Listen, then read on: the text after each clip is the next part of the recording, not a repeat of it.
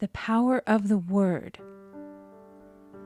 By thy words thou shalt be justified, and by thy words thou shalt be condemned. A person knowing the power of the word becomes very careful of his conversation. He has only to watch the reaction of his words to know that they do not return void. Through his spoken word, man is continually making laws for himself. I knew a man who said, "I always miss a car. It invariably pulls out just as I arrive." His daughter said, "I always catch a car. It's sure to come just as I get there." This occurred for years. Each had made a separate law for himself, one of failure, one of success. This is the psychology of superstitions.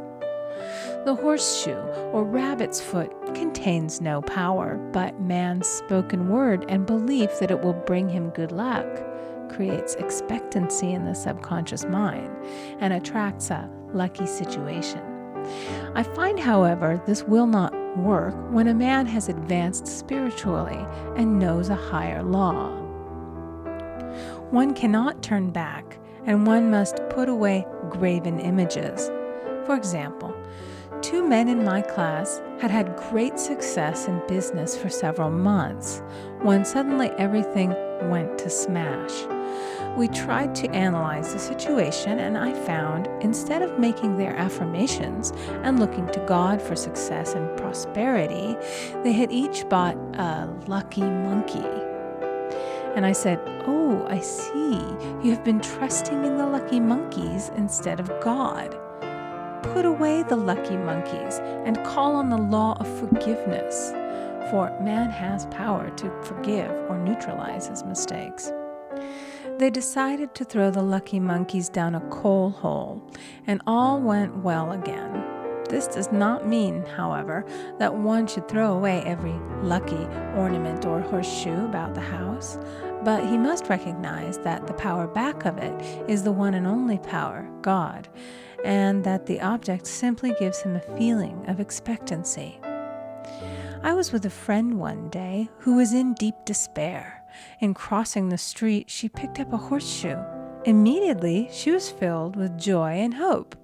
She said God had sent her the horseshoe in order to keep up her courage. It was indeed, at that moment, about the only thing that could have registered in her consciousness.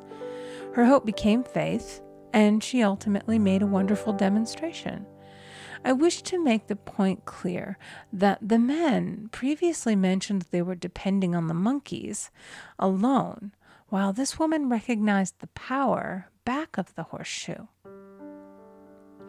I know in my own case, it took a long while to get out of a belief that a certain thing brought disappointment. If the thing happened, disappointment invariably followed. I found the only way I could make a change in the subconscious was by asserting, there are not 2 powers, there is only one power, God. Therefore, there are no disappointments, and this means a happy surprise. I noticed a change at once, and happy surprises commenced coming my way.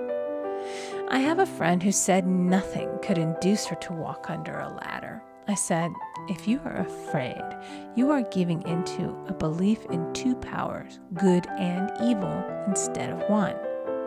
As God is absolute, there can be no opposing power unless man makes the false of evil for himself. To show you believe in only one power, God, and that there is no power or reality in evil, walk under the next ladder you see." Soon after, she went to her bank. She wished to open her box in the safety deposit vault, and there stood a ladder on her pathway. It was impossible to reach the box without passing under the ladder. She quailed with fear and turned back. She could not face the lion on her pathway. However, when she reached the street, my words rang in her ears, and she decided to turn and walk under it. It was a big moment in her life, for ladders had held her in bondage for years. She retraced her steps to the vault, and the ladder was no longer there. This so often happens.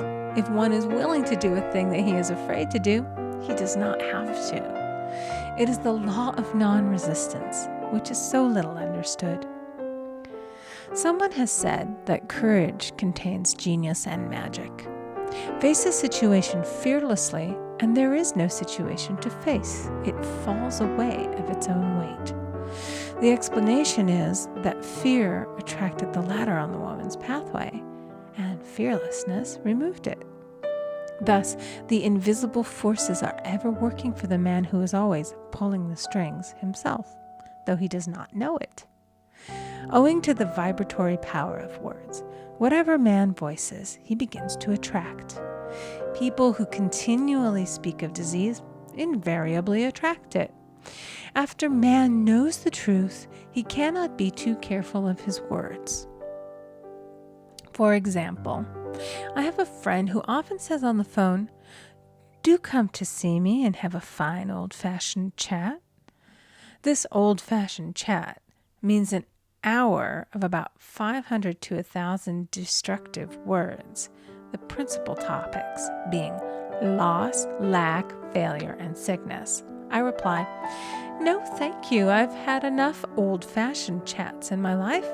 They are too expensive, but I will be glad to have a new-fashioned chat and talk about what we want, not what we don't want." There is an old saying that man only dares to use his words for three purposes: to heal, bless, or prosper. What man says of others will be said of him, and what he wishes for another he is wishing for himself. Curses like chickens come home to roost. If a man wishes someone bad luck, he is sure to attract bad luck himself. If he wishes to aid someone to success, he is wishing and aiding himself to success. The body may be renewed and transformed through the spoken word and clear vision, and disease be completely wiped out of the consciousness. The metaphysician knows that all disease has a mental correspondence, and in order to heal the body, one must first heal the soul. The soul is the subconscious mind, and it must be saved from wrong thinking. In the 23rd Psalm we read, "He restoreth my soul." This means that the subconscious mind or soul must be restored with the right ideas, and the mystical marriage is the marriage of the soul and the spirit, or the subconscious and superconscious mind.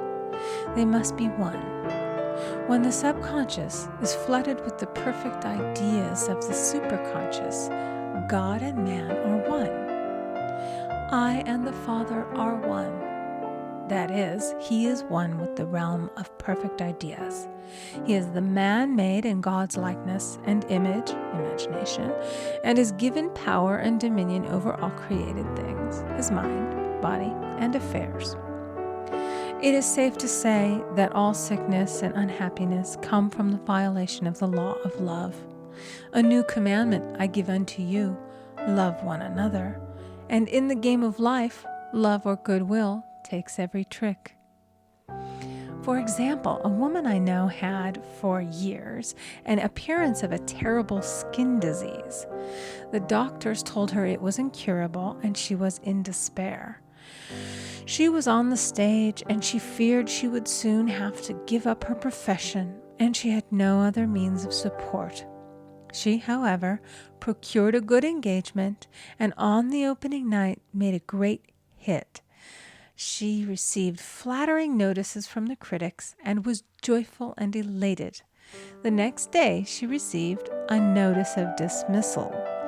A man in the cast had been jealous of her success and had caused her to be sent away. She felt hatred and resentment taking complete possession of her, and she cried out, "Oh God, don't let me hate that man." That night she worked for hours in the silence. She said, "I soon came into very deep silence. I seemed to be at peace with myself, with the man, and with the whole world. I continued this for 2 following nights, and on the 3rd day, I found I was healed completely of the skin disease." In asking for love or goodwill, she had fulfilled the law. for love is the fulfilling of the law, and the disease, which came from the subconscious resentment, was wiped out. Continual criticism produces rheumatism, as critical, inharmonious thoughts cause unnatural deposits in the blood which settle in the joints. False growths are caused by jealousy, hatred, unforgiveness, fear, etc. Every disease is caused by a mind not at ease. I said once in my class, there is no use asking anyone, "What's the matter with you?" We might as well just say, "Who's the matter with you?" Unforgiveness is the most prolific cause of disease. It will harden arteries or liver and affect the eyesight. In its train are endless ills. I called on a woman one day who said she was ill from having eaten a poisoned oyster. I replied, "Oh no, the oyster was harmless. You poisoned the oyster. What's the matter with you?" She answered, "Oh, about 19 people." She had quarreled with 19 people and had become so inharmonious that she attracted the wrong oyster. Any inharmony on the external indicates there is mental inharmony. As the within, so the without. Man's only enemies are within himself, and a man's foes shall be they of his own household. Personality is one of the last enemies to be overcome, as this planet is taking its initiation in love. It was Christ's message, peace on earth, goodwill toward man. The enlightened man, therefore, endeavors to perfect himself upon his neighbor. His work is within himself, to send out goodwill and blessings to every man, and the marvelous thing is that if one blesses a man, he has no power to harm him. For example, a man came to me asking him to treat for success in business. He was selling machinery, and a rival appeared on the scene with what he proclaimed was a better machine, and my friend feared defeat. I said, "First of all, we must wipe out all fear and know that God protects your interests and that the divine idea must come out of the situation. That is, the right machine will be sold by the right man to the right man." And I added, "Don't hold one critical thought toward that man. Bless him all day and be willing not to sell your machine if it isn't the divine idea." So he went to the meeting, fearless and non-resistant, and blessing the other man. He said the outcome was very remarkable. The other man's machine refused to work, and he sold his without the slightest difficulty. But I say unto you, love your enemies, bless them that curse you, do good to them that hate you, and pray for them which spitefully use you and persecute you. Goodwill produces a great aura of protection about the one who sends it, and no weapon that is formed against him shall prosper. In other words, love and goodwill destroy the enemies within oneself. Therefore, one has no enemies on the external. There is peace on earth for him who sends goodwill to man. End of chapter 3. Recording by Amy Conger.